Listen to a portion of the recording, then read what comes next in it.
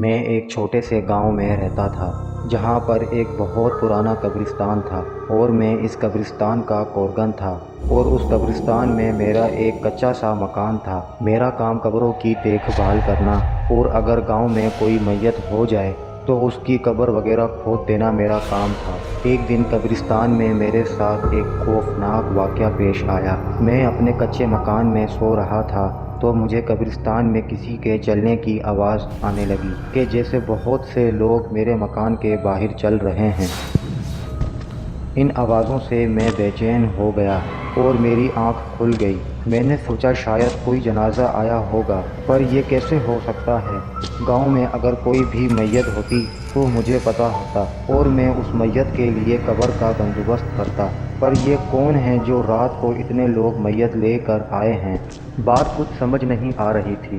میں اپنے بستر سے اٹھا اور باہر دیکھنے کی کوشش کرنے لگا کہ باہر کون لوگ ہیں۔ رات کے وقت وہ قبرستان خوفناک منظر پیدا کر رہا تھا مگر باہر کوئی نہ تھا۔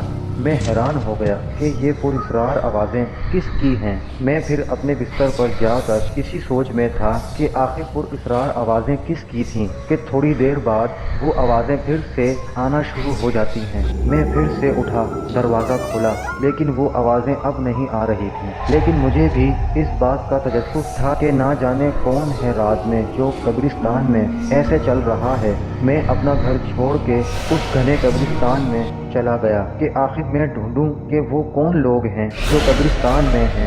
جب میں باہر آتا ہوں تو کہاں جاتے ہیں؟ پر دوستوں معاملہ کچھ اور ہی تھا۔ چلتے چلتے میں نے دیکھا کہ دور اس قبرستان میں ایک جگہ روشنی آ رہی ہے۔ میں قبرستان کے ساتھ ساتھ اس راہ داری پہ اس روشنی کی طرف چلنا شروع ہو گیا اور اپنے آپ کو اس طرح چھپائے وہ پراسرار روشنی آخر کس کی ہے، وہاں کون موجود ہے، اور ایسے کئی سوالات میرے ذہن میں چل رہے تھے۔ دوستوں چلتے چلتے میں نے دیکھا کہ وہ روشنی قبر سے آ رہی ہے۔ اس قبر کے آس پاس کچھ ہیبلے چاروں طرف چکر لگا رہے ہیں۔ میں ایک کونے میں چھپ کر یہ منظر دیکھ رہا تھا اور میرے پسینے چھوٹ رہے تھے کہ یہ کیا ماجرا ہے۔ دوستوں بتاتا چلوں، وہ قبر کچھ دن پہلے کسی نے اپنے عزیز کے لیے کھدوائی تھی، لیکن جب وہ جگہ دیکھتے ہیں تو جگہ انہیں پسند نہیں آتی اور وہ کسی اور جگہ قبر کھدوا لیتے ہیں، اور میں نے یہ سوچ کر قبر کھلی چھوڑ دی کہ اگر اور کسی کی میت ہوگی تو میں یہ قبر اسے دے دوں گا۔ لیکن دوستوں قبر میں ایسا کیا ہو رہا تھا کہ وہاں روشنی ہو رہی تھی اور چاروں طرف ہیبلے گھوم رہے تھے۔ میں بہت ڈر گیا۔ میں چھپ کر وہ معاملہ دیکھ رہا تھا اور میں نے محسوس کیا کہ جیسے کوئی شخص اس قبر میں بیٹھا ہے اور اس نے آگ جلائی ہوئی ہے۔ تھوڑی دیر بعد قبر میں بیٹھا وہ شخص اس قبر کے اندر سے ہی اشارہ کرتا ہے کہ وہاں کوئی ہمیں دیکھ رہا ہے۔ اس قبر سے ہی اس کا ہاتھ میری طرف اشارہ کرتے ہوئے تھا اور جیسے ہی وہ میری طرف اشارہ کرتا ہے وہ سارے ہیبلے جن کی آنکھیں چمک رہی تھیں، جن کے بہت خوفناک چہرے تھے، وہ سب میری طرف توجہ ہو جاتے ہیں اور وہ شخص کہتا ہے کہ جاؤ اسے اٹھا کے لے آؤ، کہ یہ کہتے ہی وہ ہیبلے میری طرف بڑھنا شروع ہو جاتے ہیں۔ مجھ سے بھاگا بھی نہیں جا رہا، میری طرف بڑھتے ہوئے ہیبلے، اور تھوڑی دیر میں بے ہوش ہو جاتا ہوں۔ کچھ دیر بعد میری آنکھ کھلتی ہے اور میں محسوس کرتا ہوں کہ میں اسی قبر میں ہوں۔ میرے سامنے ایک شخص بیٹھا ہوا ہے اور بیچ میں آگ جل رہی ہے اور وہ مجھ پر کچھ پڑھ کے پھونک رہا ہے۔ میں ہوش میں آتے ہی اسے پہچان لیتا ہوں۔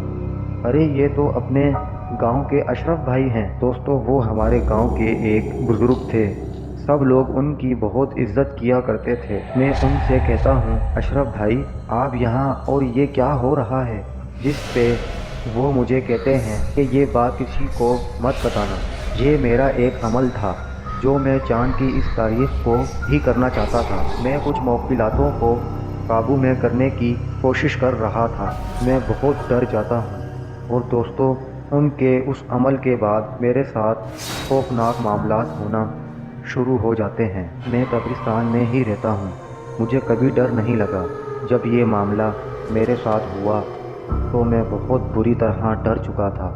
میں نے وہ ہیبلے اپنی آنکھوں سے دیکھے تھے، وہ بہت خوفناک چہرے والے، ان کے لمبے لمبے قد، ان کی عجیب چمکتی آنکھیں۔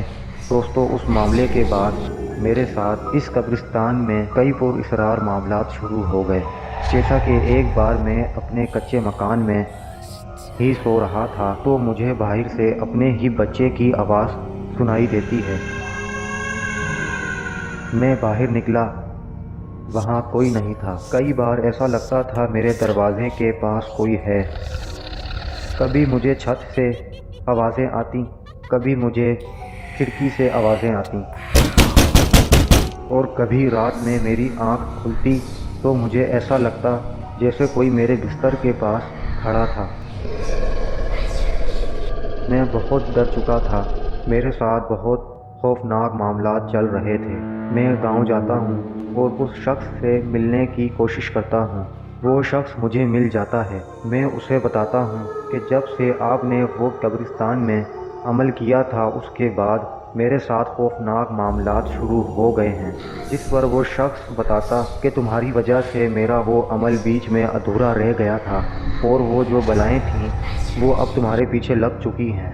میں ان سے کہتا ہوں کچھ بھی کریں، میری ان چیزوں سے جان چھڑوائیں، جس پر وہ مجھے کہتے ہیں مجھے اسی قبر میں وہ عمل دوبارہ سے کرنا پڑے گا، جس پر میں کہتا ہوں ٹھیک ہے، آپ اپنا وہ عمل پورا کریں، لیکن میری کسی بھی طرح ان بلاؤں سے جان چھڑوا دیں، جس پر وہ کہتے ہیں کہ تم ابھی جاؤ، رات کو میں قبرستان میں اسی ٹائم آؤں گا، لیکن تمہارے ساتھ کئی ایسے خوفناک معاملات شدت سے ہونا شروع ہو جائیں گے، لیکن تم نے ڈرنا نہیں ہے، اپنے آپ پر قابو رکھنا ہے، جس پر وہ چیزیں تمہیں بہت ڈرانے کی کوشش کریں گی، تمہیں اٹریکٹ کرنے کی اور میرے پاس لانے کی کوشش کریں گی تاکہ وہ عمل بیچ میں ہی رک جائے اور وہ موکل میرے قابو میں نہ آ پائیں۔ لیکن دوستو، میرے پاس کوئی اور چارہ نہیں تھا، میں ان سے حامی بھر لیتا ہوں اور رات کو اپنے اسی کچے مکان میں سو رہا ہوتا ہوں۔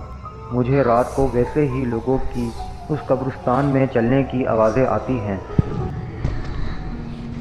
اور میں سمجھ جاتا ہوں کہ وہی اشرف بھائی قبرستان میں آ چکے ہیں۔ اب کی بار ان آوازوں میں بہت شدت تھی، جیسے بہت سے لوگ میرے اس مکان کے چاروں طرف اکٹھا ہو چکے ہیں۔ کئی لوگ باہر سے مجھے آوازیں دے رہے ہیں، میرے گھر کا دروازہ کوئی لاک کرتا ہے، کوئی میری ونڈو لاک کرتا ہے، اور باہر سے کئی لوگ میرا نام پکار رہے ہوں، رفیق، رفیق، رفیق۔ میرے ساتھ وہ معاملات شدت سے شروع ہو گئے۔ مجھے میرے بچوں کی آواز باہر سے آتی، کبھی مجھے لگتا کہ میرے گھر میں ہی کوئی ہے، میرے گھر میں ہی مجھے لوگوں کی چلنے کی آواز آ رہی ہوتی۔ دوستو، اب وہ ہیبلے میرے گھر کے چاروں طرف مجھے گھیرے ہوئے تھے، اور وہ بہت زور لگاتے ہیں کہ میں کسی طرح ان کے معاملات میں مداخلت کروں۔ میں ڈر ڈر کے پوری رات گزارتا ہوں، اور رات کے ایک پہر وہ معاملات تھم جاتے ہیں۔ دوسرے دن میں اشرف صاحب سے ملتا ہوں اور وہ مجھے بتاتے ہیں کہ اب تمہارے ساتھ وہ خوفناک معاملات نہیں ہوں گے، اور دوستو، ایسا ہی ہوتا ہے، میرے ساتھ وہ معاملات پھر کبھی نہیں ہوتے۔